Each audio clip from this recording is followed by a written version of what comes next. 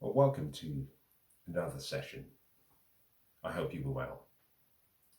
In today's session, I'm going to consolidate the conversation that I have had and shared over the past 8 or 9. I think perhaps this will be the 10th session. The first started with a topic and a theme which had to do with how to assess a man's value.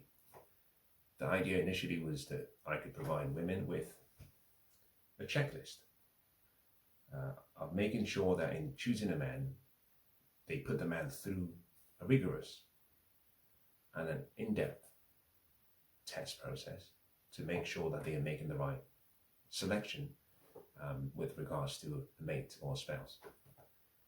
On the other hand, the hope and the idea and the ideal was that other men could recognize how they can judge and score themselves.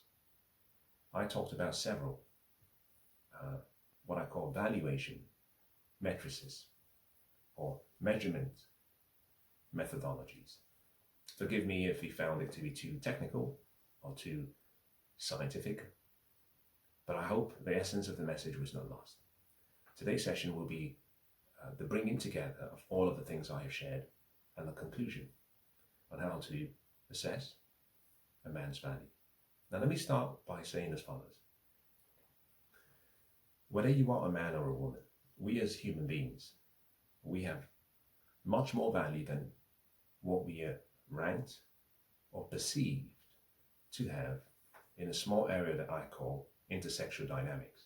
Recognize that in talking about a man's value, I'm not saying you're not valuable as a person, and I'm not saying you're not valuable to your family or to your state or nation. I'm speaking specifically in the instance of intersexual dynamics, a marketplace where people go to or find themselves when they're looking either to date or for relationships. Predominantly, I focus more on, in this particular sessions, on relationships. For men, generally speaking, dating is the same as just having sex. So when a man says dating, he equates the dating marketplace as a place where it's short term or medium term, but the focus and the drive, the motivation is to gratify his sexual appetites. We have a very low tolerance for sex. We have a much higher tolerance or expectation for long-term relationships. The relationship marketplace, primarily marriage, is where people go to when they want to find someone that they can have an emotionally significant, fulfilling, long-term, engaging, nurturing relationship. If you are looking just for sex or dating, then all you care about is whether the woman is attractive enough to you, however you define attraction. A man can have a minimum standard of a 7 or 8 for a wife, visually, and have a different standard of a 2 or a 3 when it comes to just having sex on a short-term basis. So the woman he chooses just for the purpose of ejaculation doesn't have to be very attractive. She doesn't have to meet all of these standards. Now, from a woman's perspective, the research suggests that women have a comparable standard. A woman who said, I want a man who is a 7 or an 8 as a minimum standard for relationships, she also wants the same standard for dating. What that simply means is there is more of a congruency with regards to what women find attractive and what they want to and who they want to pair bond with. In any case, the sessions that followed previously, I covered several ways of assessing a man's value. Now, I began with what I call SMV, sexual marketplace value, which has to do primarily with a man's attractiveness, his natural state, as he would be without any enhancements. We take into account his facial features, his symmetry of his face, the symmetry of his body, his height, his weight. Effectively, this is who he would look like or represent first thing in the morning, assuming he was naked and had not done any enhancements, whether by makeup or washing his face, perhaps even that, give him that granted, after washing your face, but without any cream or gel in your hair or any form of cosmetics to enhance your natural state. Sexual marketplace value, that's the first. The second was what I call the manhood value. Manhood value refers to whether the man has come to himself as a man. He's woken up into the recognition of his purpose. We are born male. Over time, providing we develop ourselves and we grow, we pursue wisdom, we introspect, and we progress, we develop into what I call a man. And if we're refined, if we go through the process of crafting ourselves, distilling ourselves, we become gentlemen. So you go from a male to men, to be manhood, or being a man, and then you become a gentleman. The first you're born with, the second you make yourself, the third you craft yourself. The man's manhood value deals with whether he understands his purpose, and that enables him to become the man he should be. Then I talked about what I called CV, character value, which has to do with a man's character, philosophy about life, and therefore morality, value system, ethics, lifestyle, and the choices and actions that you see him exhibit. Then I moved forward into what I consider to be an interesting one. A man's reproductive fertility value, his ability to reproduce. Then we talked about a man's gentleman value, and finally, a man's non-sexual marketplace value. In each of those areas, a woman can score a man, or a man can score another man on a hierarchy from 0 to 10. And the men who score the highest scores, 9 or 10s, across all areas, are usually the most desirable. I hope I mentioned the economic intrinsic value. If I didn't, that was a mistake. But economic intrinsic value deals with his ability to produce. In other words, the output he produces in cash flow and in wealth. You rank score a man across all of these places, and then you get what you consider to be the man's value overall. Now, there are 8 areas, and the natural instinct is to say they're all equal. I'm going to pause that for now because I will address it shortly. But the key part of what I'm trying to say is a man's value is consisted of different parts to him, different things that he expresses. As a woman, therefore, if you have 8 measurements that have to be taken into consideration, I hope you can see that the way we have been doing things in the West is the wrong method and the wrong way. To illustrate, when women turn 18 in the UK, we call them adults. Even when the child is still living at home with their parents, we still call them adults. Chronologically, that is correct. Emotionally, they are still children. 18 to 22 is college years. Most people are still dependent on their parents. But we give little children this freedom, as we should, without any supervision, as we shouldn't, to go out and make something of themselves. However, by 22, you were still fully dependent on your parents, both economically and emotionally and financially, and sometimes even mentally and spiritually. So at 22, I still consider you a child. 23, 24 are usually the first 2 years post-college when young people start to find their independence. But they still rely on dad and mum for support. It's usually post the first 48 months that you start to see some independence. So 25 years is really when you come of age in my eyes, which is why in conversing with young people, I seldom want to discuss issues with people who are 25 and younger. Why? Because it's still a theory and you haven't really lived. Your philosophy will come from a combination of what you've been taught over time and your experiences. And your experiences will help shape and form and modify the philosophy that you've been given, so you have a contrast. And so what your philosophy teaches you and your experience teach you, and what your experience teaches you about the philosophy that you were given, is how you formulate your own personal individual philosophy. But that takes time. Sometimes as a man or a woman, that doesn't take place until 30. Personally, I think a man does not come of age until 35, and then he's just starting. As a woman, it takes until about 27, and then it starts. In any case, I hope you can see that we send women out into the world, and at 22, 23, they go out into the world and they choose a significant other. with no supervision. They bring the person back home and say, Dad, Mom, this is who I've agreed to marry. And Mom and Dad simply say, great, if you're happy, we are happy. And we send them away in our blessings and with our blessings. It's no surprise that the average marriage in the UK for people who are 40 and below is between 5 and 7 years. We fail because we're not prepared and because we are making the choices and the selections without any wisdom. For a woman to choose a man for a long-term relationship, she needs the other voices of the men in the group. Now let me move away from that statement, perhaps provide an example that might be useful to you. The court system in the UK. Let's assume, without trying to get into civil and criminal court cases, but just assume a typical courtroom. And imagine a typical courtroom. You have a judge, and you have the two sides, and then you have the jury. The man should sit in the chair being cross-examined. This is the typical approach with regards to long-term relationships with the woman's selection in mind.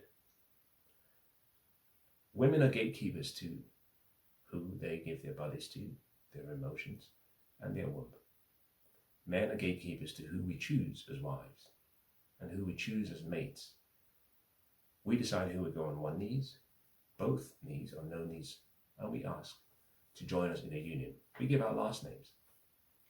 However, because women pay a heavier penalty and burden for reproduction and getting that decision wrong, the man has to be placed in the court, you might say the court of the family.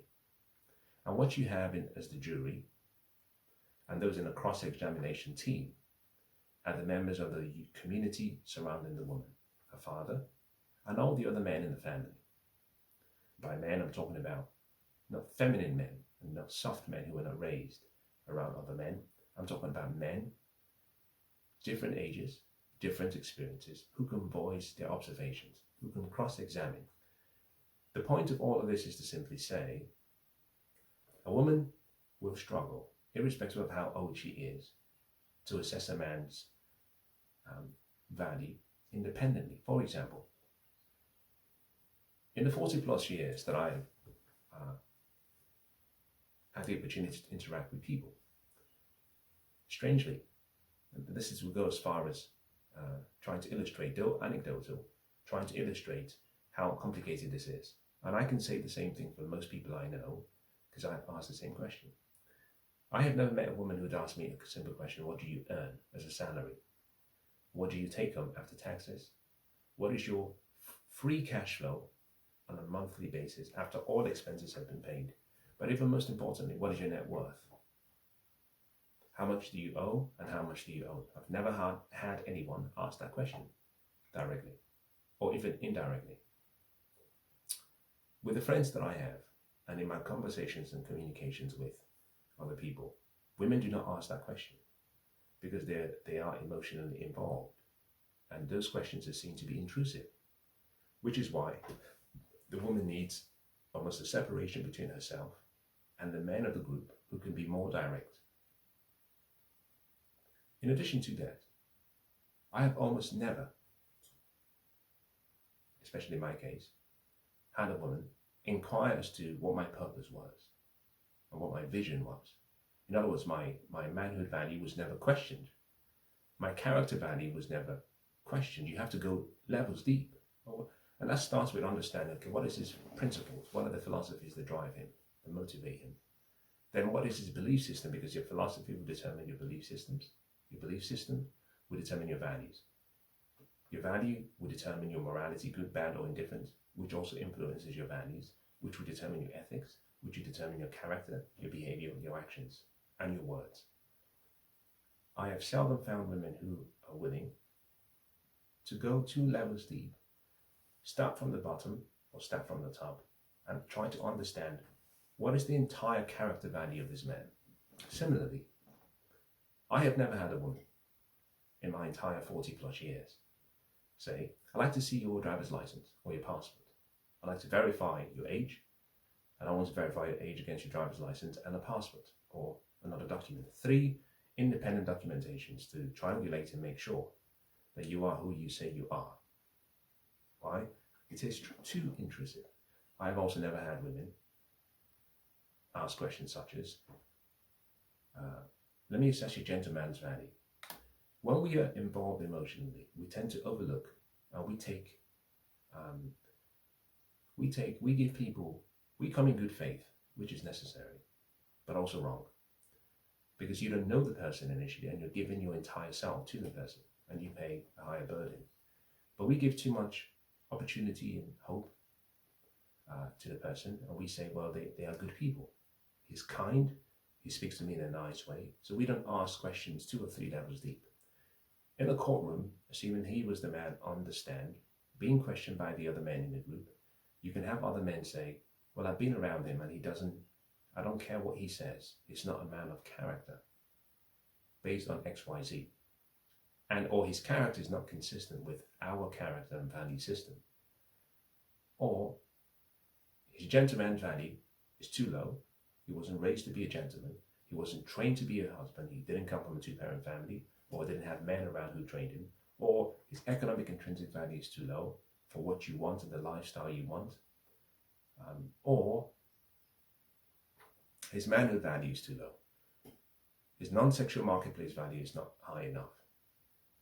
He doesn't seem romantic. He doesn't seem fond of you. He doesn't seem X, Y, Y, Y, Z. All of that process should take place, but it should be done by the other men in the group because it separates you from the men so that you're not the one asking the hard questions. The greater burden of reproduction is on the woman. The man actually is the one who chooses, and men have a much lower tolerance. And because we pay a lower price for reproduction, we don't put women through the same court system, although we should, and rightly so. But a woman should ensure that she, in choosing a man, brings him into the group and see how he plays and collaborates and interacts with other men. And it's important to understand that these men should not be and cannot be only men of the same similar age. You cannot be of the same peer group or age because we tend to like similar things. I have been around men who approved someone a woman was looking to marry on the basis that he was able to drink a lot of beer in the pub. In other words, he was a great lad. Why? Because we bonded. Why? Because we got drunk and we got smashed and we had a lot of fun. That is not a criteria for choosing a man.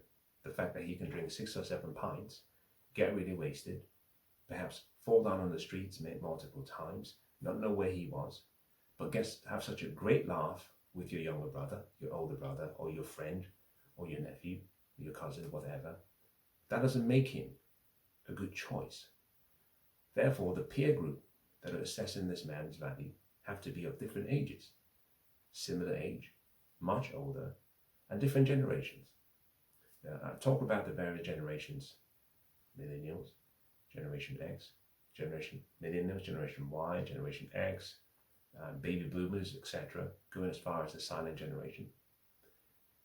Bring him around people who are part of the family, your grandparents, or people who are in your grandparents' peer group, your parents and your parents' peer group, those in between yourself and your parents, so that people can say, this is what we see.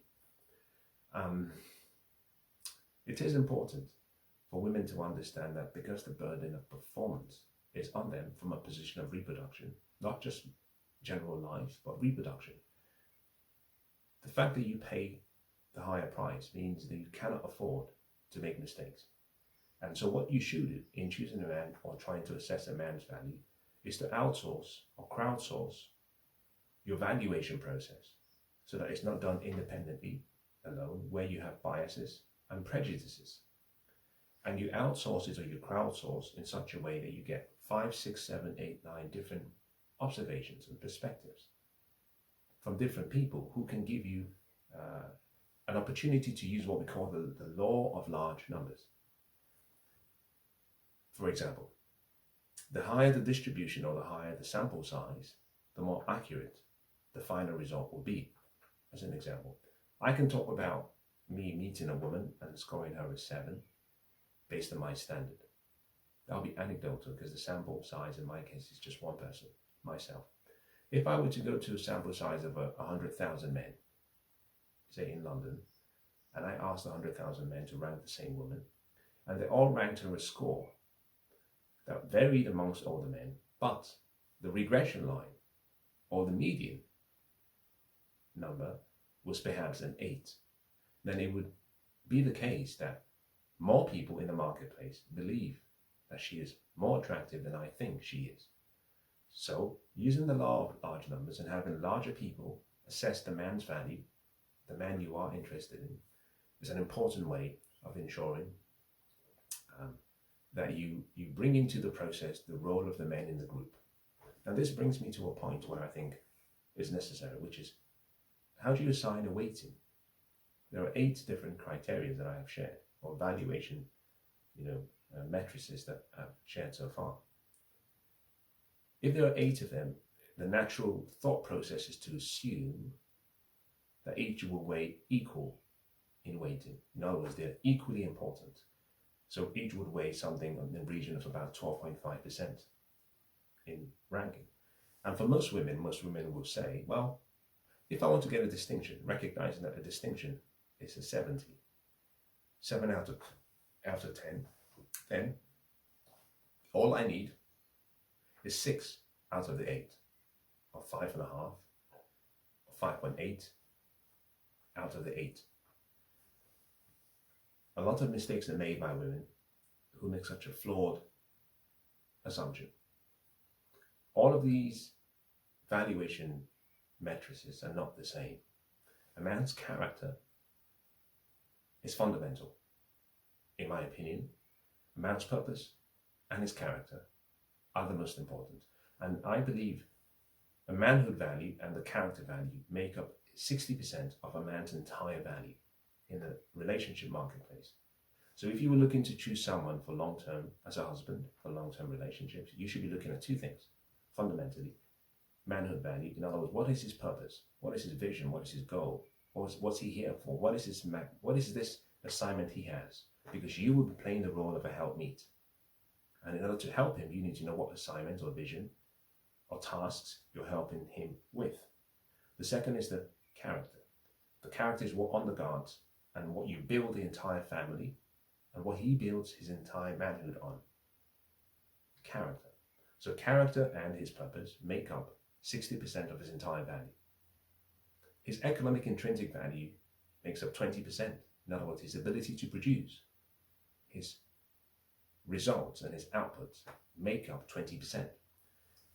I hope you can see that if you had his purpose, manhood value, or character value, and economic intrinsic value, you already have 80%.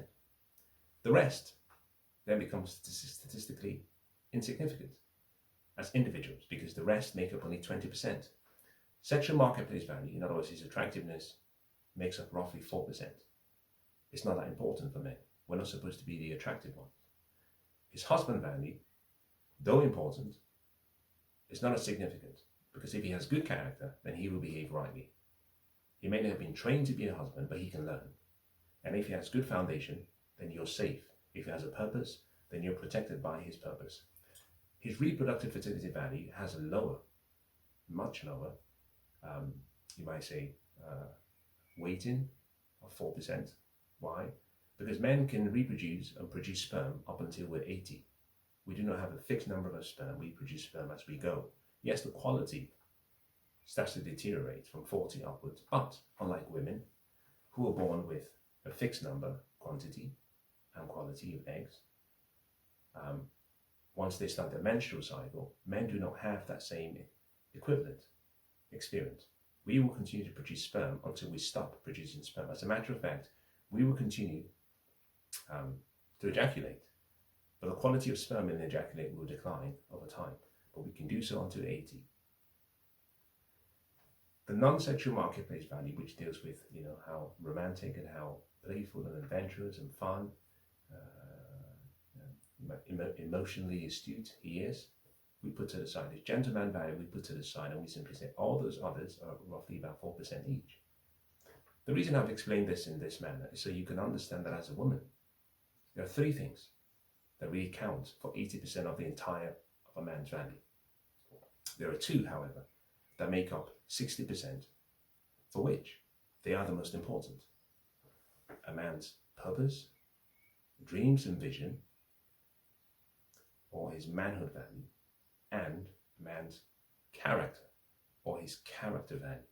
If you can get those two wrong, everything else will turn out to be poor. Why? You would be building a house with no foundations. If you can get those two right, and get a man who has a very high manhood value and character value, then you have ipso facto guaranteed that you will not fail in your relationship, all things remaining equal, because it means you're building a strong foundation. He then has to have the ability to provide and protect you through his economic intrinsic value. That makes up 20%. Now, the reason I've explained this in this way is so you can understand sexual marketplace value, husband value, reproductive fertility value, gentleman's value, non-sexual marketplace value. These are trivial. Unfortunately, these are the things that women are using. A woman in the marketplace is choosing a man based on how she feels, how he makes her excited, both physically and sexually, what makes her tingle. Very, very, you might say, unusual choices being made, which is why most relationships fail. Women are saying, no, I want a non-sexual marketplace value. He's romantic, he's nice, he likes to play, and he speaks like a gentleman, he was raised properly, he's very feminine, and he's young. But they don't speak to the fact that he doesn't have a character, or perhaps his character is not consistent with yours, doesn't have an idea about what his purpose is, or vision, or goals, or dreams. And so what you end up doing is dragging along a man who is a boy. Why? Because he never went from the role of male to manhood to gentleman. He's stuck in between being male and man, and that's why he remains a boy. So it's important for women to understand how to play the long game. I'll use a good example, buildings. We talk about period buildings in the UK, and we talk about them fondly compared to other forms of architecture. Why? If we work backwards, the Edwardian phase, the Victorian phase, the Regency and the Georgian phase, and then we move backwards and we say, okay, well, look at the Tudors. We go as far as the Jacobeans and Smith and Mary. No, I think it's Smith and Mary. I may be wrong. But what you find is building to the Elizabethan phase, buildings that were designed to have very, very, very unique characters, which is why we say they have character. These buildings are preserved in various parts of the country, especially those that have very high architectural significance. Why we say, well, we give them a proxy, a much higher recognition by saying, well, they're listed buildings. It's a grade 1 listed, it's a grade 2 start listed, it's a grade 2 listed, to show how significant in architecture and important these buildings are. Why? They were built properly, and they were built with the right foundations, and they were built to last. Some of these buildings, you live in some, you've been to some, and they've been going for 200, 300, 400 years. Why? They were built very well. They have beauty, they have integrity, they have functionality, and they still stand. In the same manner, in choosing a man, what you should be thinking about is he a period building, rather than is he a shiny architectural building that looks glamorous today, but in 3-4 years, just like most of the other skyscrapers, will become an eyesore. You see, the eyesore buildings are designed without any reference to what it would feel like to live with, to live in, and to be around such buildings 10, 15 years from now. They look great in the first year. By the second, third, and going to the 10th year, you start to see how unattractive they are and how unappealing they are to the normal eyes. Women should choose men like buildings. Use the long game. Think about, as I conclude, people of old who we remember. Nelson Mandela, MLK, Gandhi, even people like Mother Teresa, We think about these women and we hold them, both the men and the women, in high esteem. Why? Because of their character. There was something about them, because of their vision, because of their dreams, their purpose, because of the sacrifices they made. And 100 years from now, I hope we still continue to sing the praises of such people. As a woman in choosing a man, you should think about 100 years from now, primarily because you're choosing someone you're going to be bonded with.